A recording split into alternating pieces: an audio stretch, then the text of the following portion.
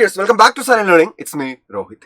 Yes മക്കളെ, ഇന്നത്തെ വീഡിയോയിൽ നമ്മൾ പഠിക്കാൻ പോകുന്നത് എക്സ്പോണൻസിന്റെ റൂൾസ് ആണ്. എക്സ്പോണൻസിന്റെ ഓപ്പറേഷൻസ് വരുന്ന സമയത്ത് നമ്മൾ നിർബന്ധമായിട്ടും ഈ റൂൾസ് അറിഞ്ഞിരിക്കണം. First rule n raised to a into n raised to b is equal to n raised to a plus b. അതായത് ബേസ് സെയിം ആയിട്ടുള്ള എന്നാൽ പവേഴ്സ് ഡിഫറെൻ്റ് ആയിട്ടുള്ള രണ്ട് നമ്പേഴ്സ് തമ്മിൽ നമ്മൾ മൾട്ടിപ്ലൈ ചെയ്യുന്നു, രണ്ട് എക്സ്പോണൻസ് തമ്മിൽ നമ്മൾ മൾട്ടിപ്ലൈ ചെയ്യുന്നു. എന്താണ് രണ്ടിൻ്റെ പ്രത്യേകത? എന്താ? ബേസ് സെയിം ആണ്, n പവേഴ്സ് നോക്ക് ഡിഫറെൻറ്റ് പവേഴ്സ് ആണ്. അപ്പോൾ മൾട്ടിപ്ലൈ ചെയ്യുമ്പോൾ ആൻസറിൽ വരിക സെയിം ബേസ് തന്നെ ആൻസർ ആയിട്ട് എഴുതുക. എന്നിട്ടോ ഈ രണ്ട് പവേഴ്സും കൂടെ നിങ്ങൾ ആഡ് ചെയ്യുക, എയും ബിയും കൂടെ നിങ്ങൾ ആഡ് ചെയ്യുക, n raised to a plus b. For example ഒരു ക്വസ്റ്റ്യൻ നോക്കുകയാണെങ്കിൽ 3 raised to 4 into 3 raised to 5. ഇതിൻ്റെ ആൻസർ എന്താ? നിങ്ങൾ ആലോചിക്കുക, മൾട്ടിപ്ലിക്കേഷൻ ആണ് ആൻഡ് രണ്ടിൻ്റെ ബേസ് സെയിം ആണ് അല്ലേ. അപ്പോൾ നമ്മുടെ ആൻസറിലും സെയിം ബേസ് എഴുതി കൊടുക്കുക, 3 തന്നെ എഴുതി കൊടുക്കുക. എന്നിട്ടോ ഈ രണ്ട് പവേഴ്സും കൂടെ ആഡ് ചെയ്യുക, 4 5 4 + 5 9, അത് പവറായിട്ട് എഴുതിക്കുക. കഴിഞ്ഞു. ഇത്രയേ ഉള്ളൂ പരിപാടി. അതിന് മൈനസ് വന്നാലും ശരി, ഏത് നമ്പർ വന്നാലും ശരി, ബേസ് സെയിം ആയിട്ടുള്ള എക്സ്പോണൻസ് തമ്മിൽ നമ്മൾ മൾട്ടിപ്ലൈ ചെയ്യാമെന്ന് വിചാരിച്ചോ ആൻസർ ആയിട്ട് നമ്മൾ എഴുതുമ്പോൾ സെയിം ബേസ് എഴുതുക. എന്നിട്ടോ എക്സ്പോണൻ്റ് ആയിട്ട് ഈ രണ്ട് എക്സ്പോണൻസ് കൂടെ ആഡ് ചെയ്തേക്കാം. For example 5 raised to -3 into 5 raised to 6. ഇങ്ങനെ വന്നാൽ ബേസ് സെയിം ആണ്, എക്സ്പോണൻസ് ആണ്, മൾട്ടിപ്ലിക്കേഷൻ ആണ്, സെയിം ബേസ് ആൻസറിൽ എഴുതുക. എന്നിട്ടോ രണ്ട് പവേഴ്സും കൂടെ ആഡ് ചെയ്യുക. -3 + 6 അല്ലെങ്കിൽ 6 - 3 3 -3 + 6 എത്ര? 3 ആണ്. ഓക്കെ, അടുത്ത സെയിം സംഭവം ഡിവിഷൻ ആണെങ്കിൽ മൾട്ടിപ്ലിക്കേഷൻ വരും ഡിവിഷൻ ആണെന്നിരിക്കുക. അതായത് n raised to a divided by n raised to b ആണെന്ന് വിചാരിക്കുക. സെയിം സംഭവം തന്നെ, ബേസ് സെയിം ആണ്, എന്നാൽ പവേഴ്സ് ഡിഫറെൻ്റ് ആയിട്ടുള്ള നമ്പേഴ്സ് ഡിവൈഡ് ചെയ്യുമ്പോൾ ആൻസറിൽ സെയിം ബേസ് എഴുതുക. എന്നിട്ട് മേലത്തിൻ്റെ പവർ മൈനസ് താഴത്തിൻ്റെ പവർ തിരിച്ചാവരുത്, മേലത്തിൻ്റെ പവർ മൈനസ് താഴത്തിൻ്റെ power a - b. n raised to a - b ആണ് ആൻസർ ആയിട്ട് വരിക.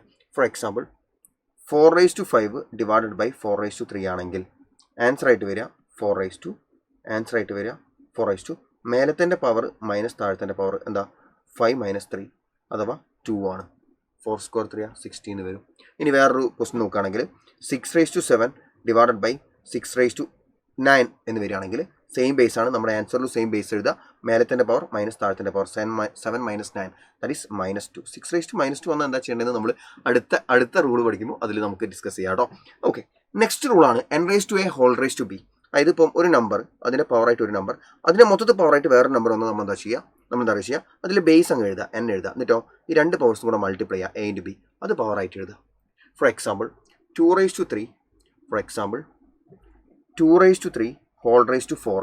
ഓക്കെ, ഈ ബേസ് എത്രയാണ്? ഇവിടുത്തെ ബേസ് എത്രയാണ്? 2 അല്ലേ, ആ 2 എഴുതുക. എന്നിട്ടോ ഈ രണ്ട് പവറും കൂടെ മൾട്ടിപ്ലൈ ചെയ്തേ, 3 × 4 12, അത് പവറായിട്ട് എഴുതിയിരിക്കും. ഓക്കെ, അടുത്തത് 5 raised to 3 whole raised to 4 ആണെങ്കിലോ ഈ ബേസ് എത്രയാണ്? 5 അല്ലേ, അത് എഴുതുക. എന്നിട്ട് ഈ രണ്ട് പവേഴ്സും കൂടെ മൾട്ടിപ്ലൈ ചെയ്യുക, 3 × 4 12, 5 raised to 12. ഓക്കെ അല്ലേ, that's it. Next one m raised to a into n raised to a.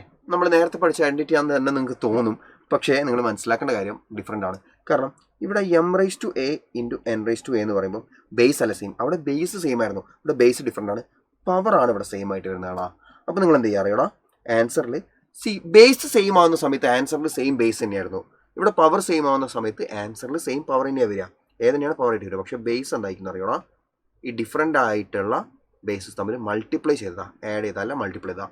m raised to a into n raised to a എന്ന് പറഞ്ഞാൽ mn whole raised to a ആണ്. ഇപ്പോൾ for example 5 raised to 3 into 6 raised to 3 ആണെങ്കിൽ അതിൻ്റെ answer എന്ന് പറഞ്ഞാൽ നിങ്ങൾ ഈ ഡിഫറെൻ്റ് ആയിട്ടുള്ള ബേസസ് ഇല്ലേ, അത് മൾട്ടിപ്ലൈ ചെയ്യുക. 5 × 6 6 30, എന്നിട്ട് റേസ് ടു സെയിം പവർ 3, രണ്ടിലും 3 ആണ് same power, so same power 3 ഇട്ട് കൊടുക്കുക. 30 raised to 3 ആണ് ആൻസർ ആയിട്ട് വരിക. 30 raised to 3 എന്ന് പറഞ്ഞാൽ 30 × 30 × 30 3 9 27,000 27,000 അല്ലേ, 27,000 അല്ലേ, 3 സീറോയും ഐ മീൻ 27 പിന്നെ ഒരു 3 സീറോയും വരും. ഓക്കെ, നെക്സ്റ്റ് വൺ സെയിം സംഭവം ഡിവിഷൻ ആണെങ്കിൽ, അതായത് ബേസ് ഡിഫറെൻ്റ് ആയിട്ടുള്ള എന്നാൽ പവേഴ്സ് സെയിം ആയിട്ടുള്ള നമ്പേഴ്സ് ഡിവിഷൻ ആണെങ്കിൽ നമ്മൾ എന്ത് ചെയ്യുക, ആ ഡിഫറെൻ്റ് ആയിട്ടുള്ള ബേസസ് ഇല്ലേ, അത് ഡിവൈഡ് ചെയ്യുക. എന്നിട്ട് ഹോൾ ആയിട്ട് മൊത്തത്തിൽ ആ പവർ അങ്ങോട്ട് കൊടുക്കുക, m/n whole raised to a. For example 3 raised to 4 by 2 raised to 4 ആണെങ്കിൽ നമ്മൾ എന്ത് ചെയ്യണം, ആ ഡിഫറെൻ്റ് ആയിട്ടുള്ള ബേസ് തമ്മിൽ ഡിവൈഡ് ചെയ്യുക, 3/2, എന്നിട്ട് ഹോൾ റേസ് ടു ആ മൊത്തം സെയിം പവർ 4 അങ്ങോട്ട് കൊടുക്കുക, 3/2 whole raised to 4 ആണ്, 3/2 whole raised to 4 ആണ്.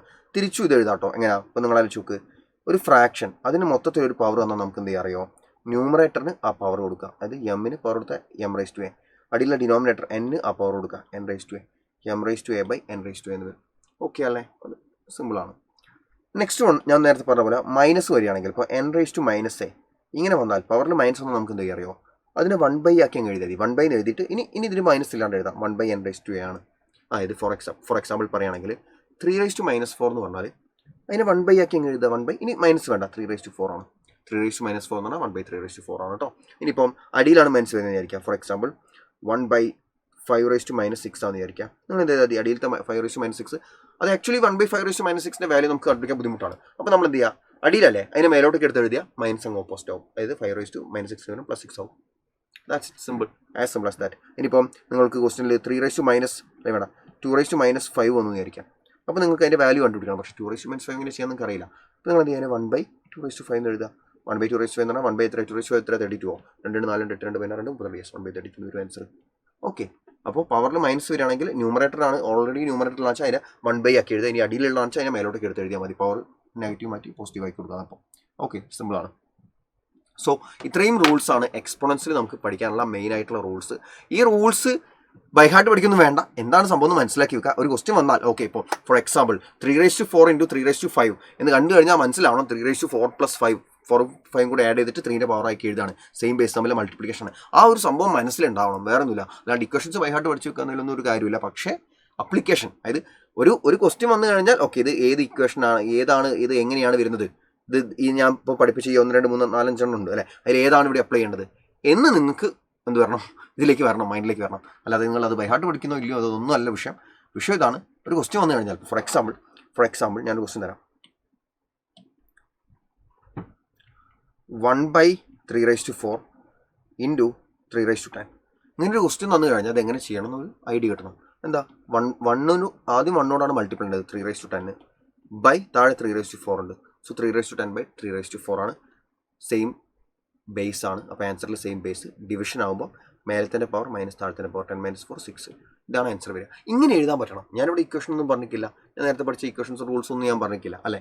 പക്ഷേ എനിക്കറിയാം ഇങ്ങനെയാണ് ചെയ്യുന്നത്. അപ്പോൾ ആ ഒരു സംഭവം നിങ്ങൾ അറിഞ്ഞിരുന്നാൽ മതി. ഓക്കെ, അറിഞ്ഞിരുന്നാൽ മതി. സോ ദാറ്റ്സ് ഓൾ മക്കളെ. കൂടുതൽ ഡീറ്റെയിൽഡ് ആയിട്ടുള്ള ഈ ചാപ്റ്ററിൻ്റെ കംപ്ലീറ്റ് ലൈവ് ക്ലാസ്സുകൾക്കും അതോടൊപ്പം തന്നെ എല്ലാ ചാപ്റ്ററിൻ്റെയും, ഈ ചാപ്റ്റർ മാത്രമല്ല എല്ലാ ചാപ്റ്ററിൻ്റെയും അതോടൊപ്പം നിങ്ങൾക്കുള്ള science, social studies, maths and English, Hindi മുതലായിട്ടുള്ള സബ്ജക്ട്സിൻ്റെ ക്ലാസ്സിനും വേണ്ടിയിട്ട് നിങ്ങൾക്കുള്ള ബാച്ചാണ് യോധ ബാച്ച്. താഴെ കൂടെ സ്ക്രോൾ പോകുന്നുണ്ട്. സ്ക്രോളിലുള്ള നമ്പറിൽ നിങ്ങൾക്ക് കോൺടാക്ട് ചെയ്തിട്ട് ജോയിൻ ചെയ്യുകയാണെങ്കിൽ നിങ്ങൾക്ക് കൂടുതൽ ഡീറ്റെയിൽസും എങ്ങനെയാണ് ജോയിൻ ചെയ്യേണ്ടതെന്നൊക്കെ അവർ നിങ്ങളെ ഗൈഡ് ചെയ്യുന്നതായിരിക്കും. ഇനി അല്ലെങ്കിൽ നിങ്ങൾക്ക് simply silent learning app download ചെയ്തിട്ട് ജോയിൻ ചെയ്താൽ മതി. പക്ഷേ ഐ പ്രിഫർ ആ ഒരു നമ്പറിൽ കോൺടാക്ട് ചെയ്ത് കഴിഞ്ഞാൽ അവർ കുറച്ചുകൂടെ നിങ്ങളെ ഗൈഡ് ചെയ്യും. എന്തൊക്കെയാണ് നിങ്ങൾക്ക് നല്ല ഓപ്ഷൻസ് എന്നുള്ളത് അവർ കൃത്യമായിട്ട് പറഞ്ഞു തരും. ഫീച്ചേഴ്സും കാര്യങ്ങളൊക്കെ പറഞ്ഞൊരു സ്റ്റഡി മെറ്റീരിയൽസും കാര്യങ്ങളും റിവിഷൻ ബാച്ചും എല്ലാം പ്രൊവൈഡ് ചെയ്യുന്ന ഒരു ബാച്ചാണ് ഈ പറയുന്ന യോധ ബാച്ച് എന്ന് പറയുന്നത്. സോ നിങ്ങൾ ടു ബി ഹോണസ്റ്റ് പറയാലോ, സൈലം ഒരു റവന്യൂ ജനറേറ്റ് ചെയ്യുന്ന ഒരു ബാച്ച് എന്നതിനേക്കാളൊക്കെ ഉപരി അഫോർഡബിൾ ആയിട്ടുള്ള എഡ്യൂക്കേഷൻ കുട്ടികൾക്ക് പ്രൊവൈഡ് ചെയ്യുക എന്നത് മാത്രം മുന്നിൽ വെച്ചിട്ട് തുടങ്ങിയ ബാച്ചാണ് ഈ ഓൺലൈൻ ബാച്ചസ് എന്ന് പറയുന്നത്. കാരണം അല്ലായിരുന്നെങ്കിൽ സെയിം ബാച്ചസ് ബാക്കി പല ഇൻസ്റ്റിറ്റ്യൂട്ട്സും കൊടുക്കുന്നത് 10,000 above ആണ് ഫീസ്. 10,000 above മിനിമം, അതായത് 30,000 ഒക്കെയാണ്. പക്ഷേ ഞാൻ കുറച്ച് പറഞ്ഞതാണ് 10,000 above എന്ന് പറഞ്ഞതാണ്.